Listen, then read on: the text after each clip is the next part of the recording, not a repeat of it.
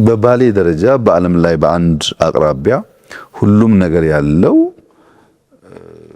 ሰፈር፣ መንደር፣ ሀገር አለ ብዬ ነው ያላምንም። በጣም ብዙ ሀገራት አይቻለሁ። ይሁነኝ ብዬ ለመማርም ጎበኛለሁ። እንደ ባሌ አይነት ሀገር እስካሁን አይቻልም። ባሌ ምንድነው? ቱሉ ዲምቱ ልክ እንደ ራስ ዳሽን ከራስ ዳሽን ትንሽ ዝቅ ያለ ግን ከ4300 አካባቢ ሜትር አባፍ ሲ ሌቭል የሆነ ከፍታ ቦታ ነው። እዛ ቦታ ላይ ክሬተር ሌኮች አሉ። እዛ ቦታ ላይ ቀይ ቀበሮ አለ። እዛ ቦታ ላይ የሚገርሙ የአዕዋፋት ብቻ ሳይሆን እጽዋቶችም አሉ። ለምሳሌ ላውታ የምታየው ትልቁ ፓልም እዛ ድንቅ ሆኖ ታገኘዋለህ። ይበርዳል ቦታው የሚያምር ቢሆንም ቪው።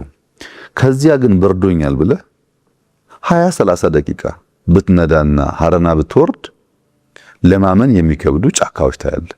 ጥቁር አንበሳ ያለው ሌሎች የዱር እንስሳት ያሉበት የሚያስደንቅ ጫካ፣ ወተርፎሎች ያሉበት አይተህ ተራምደህ የማጠግብበት ቦታ ነው።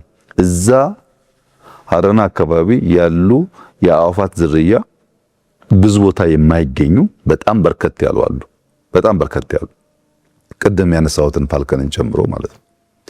ከሀረና እንደው 30 ደቂቃ 20 ደቂቃ እየነዳህ በየቦታው ለማመን የሚያስቸግሩ አስደናቂ ነገሮች ታያለህ። ለምሳሌ ዲንሾ ስትደርስ፣ ዲንሾ አካባቢ በጣም ሰፊ ቦታ ነው፣ ናሽናል ፓርክ ነው። ብዙ የዱር እንስሳቶች የተላመዱ የምታገኝበት ቦታ ነው። ከዲንሾ 30 ደቂቃ ነድተህ የድንጋይ ማውንቴን ተሳስሮ ለአይን በአይተህ ማትጨርሰው ተጉዘህ ማትደርስበት አይነት የድንጋይ ትስስር ታያለህ። ከነሱ ለሙሉ ጣ ብለህ 1 ሰዓት ከሮቤ ብትነዳ ሶፍመር ብትሄድ ሶፍመር ላይ አሁን እያወቅን እንዳለ ነው የሶፍመር ኬቭ ከሶፍመር ጀምሮ እስከ ቦሳሶ ከሞላ ጎደል ያገናኝ የነበረ የከፍተኛ ስልጣኔ የነበረበት አካባቢ የቅድም በሰሜን የክርስትና እንዳነሳውልህ እዚህ ደግሞ ስትመጣ የዛሬ 800 ዓመት የነበረ መስጂድ ላይ በምታይበት ዛሬም ያለበት